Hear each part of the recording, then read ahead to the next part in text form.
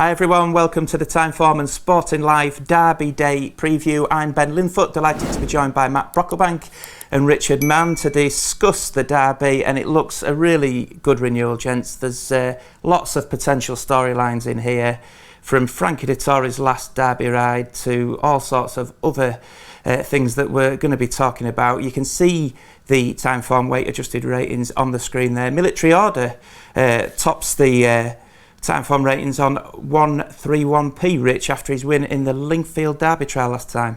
Yeah, I think of the two market leaders, I think that's about right for me. I thought he was really good at Lingfield, good at Newbury the time before of a mile and a quarter. He looks an out-and-out mile and a halfer to me, though. He stays really well. I thought he hit the line really well at Lingfield, having looked in a little bit of trouble.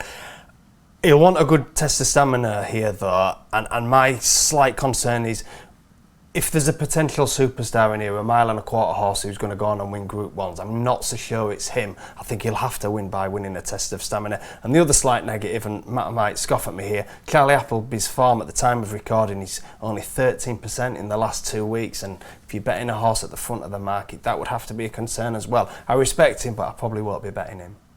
We're going to watch a video of Military Order now. It's not Lingfield, but it's his win at Newbury earlier in the season, because this form is working out well.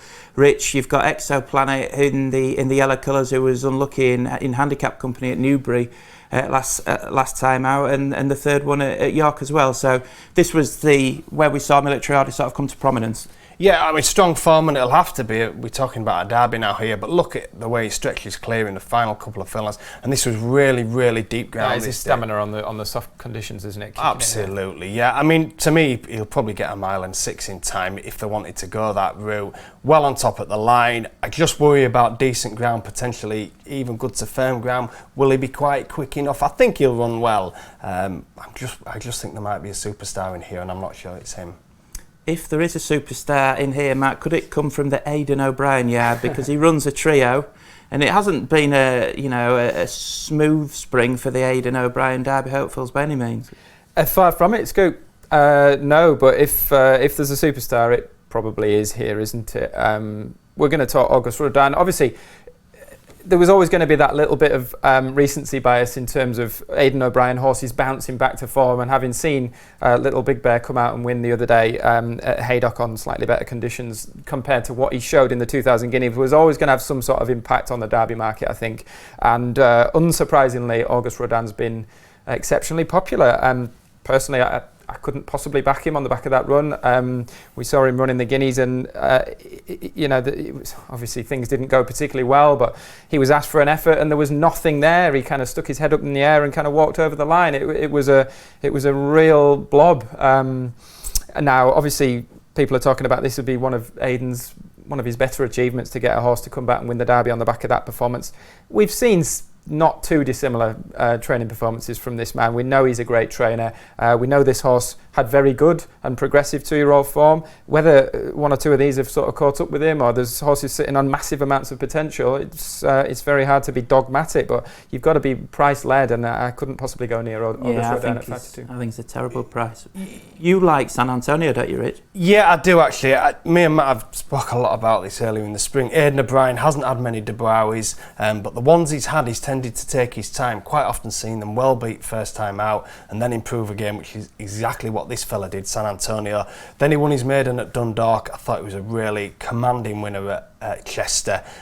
Looked to me like crying out for a mile and a half. I can't believe his 5th run won't be his best. He just looks to be going the right way. We've seen it before from Aidan, getting colts and fillies to keep improving. So I think he's one definitely on the radar. Anthony Van Dyke a few years ago was apparent second string for Aidan and won the race. So I'm really sweet on him. He was 7-1 though, Anthony Van Dyke. This fella's 40s, isn't he?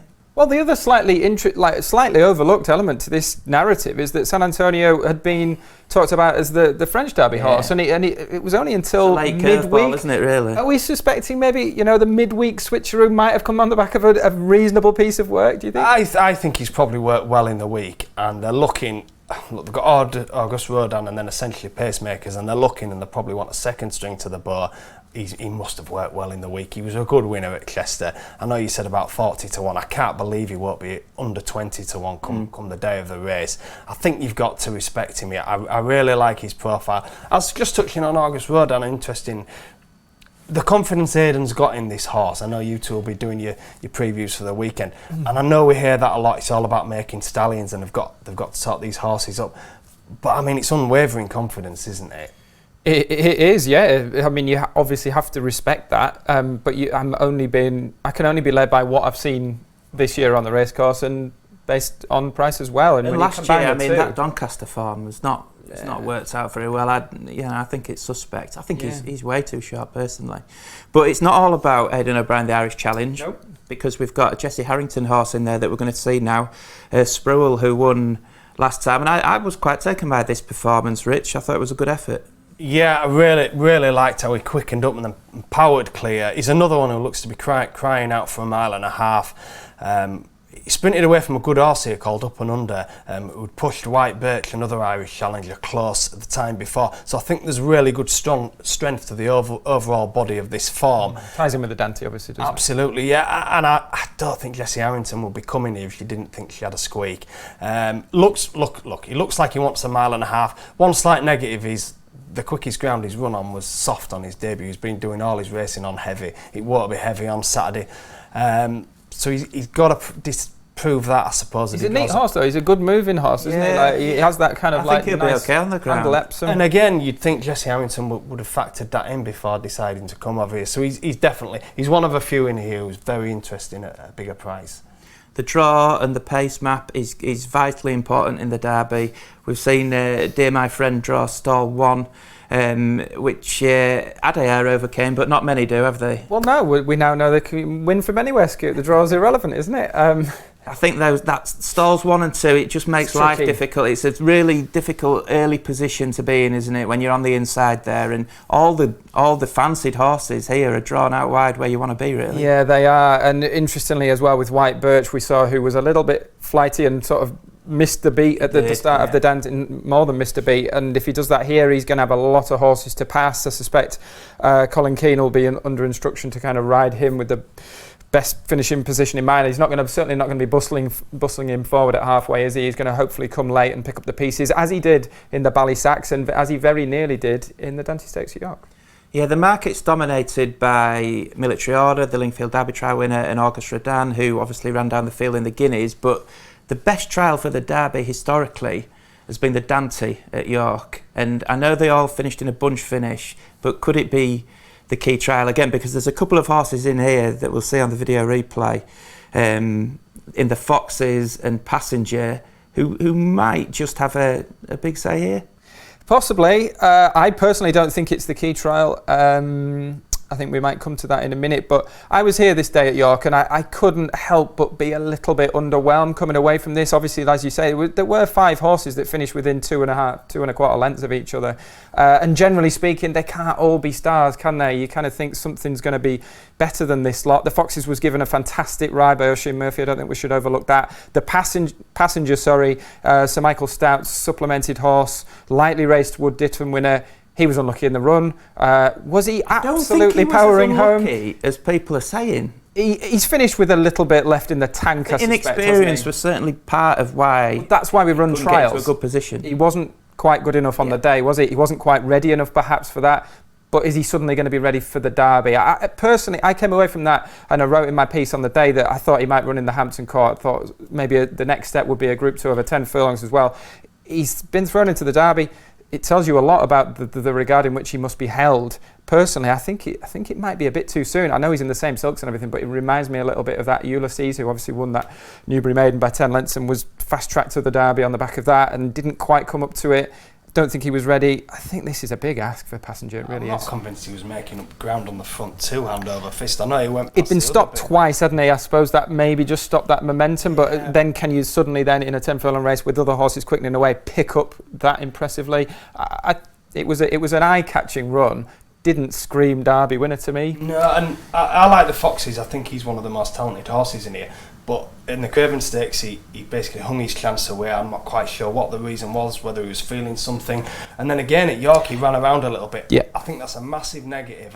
Well, it's a massive negative anyway, but particularly at Epsom. It's an obvious thing to say, but that would put me off the Foxes. He's around the 10-1 mark, but I really worry about his ability to stay straight on this track.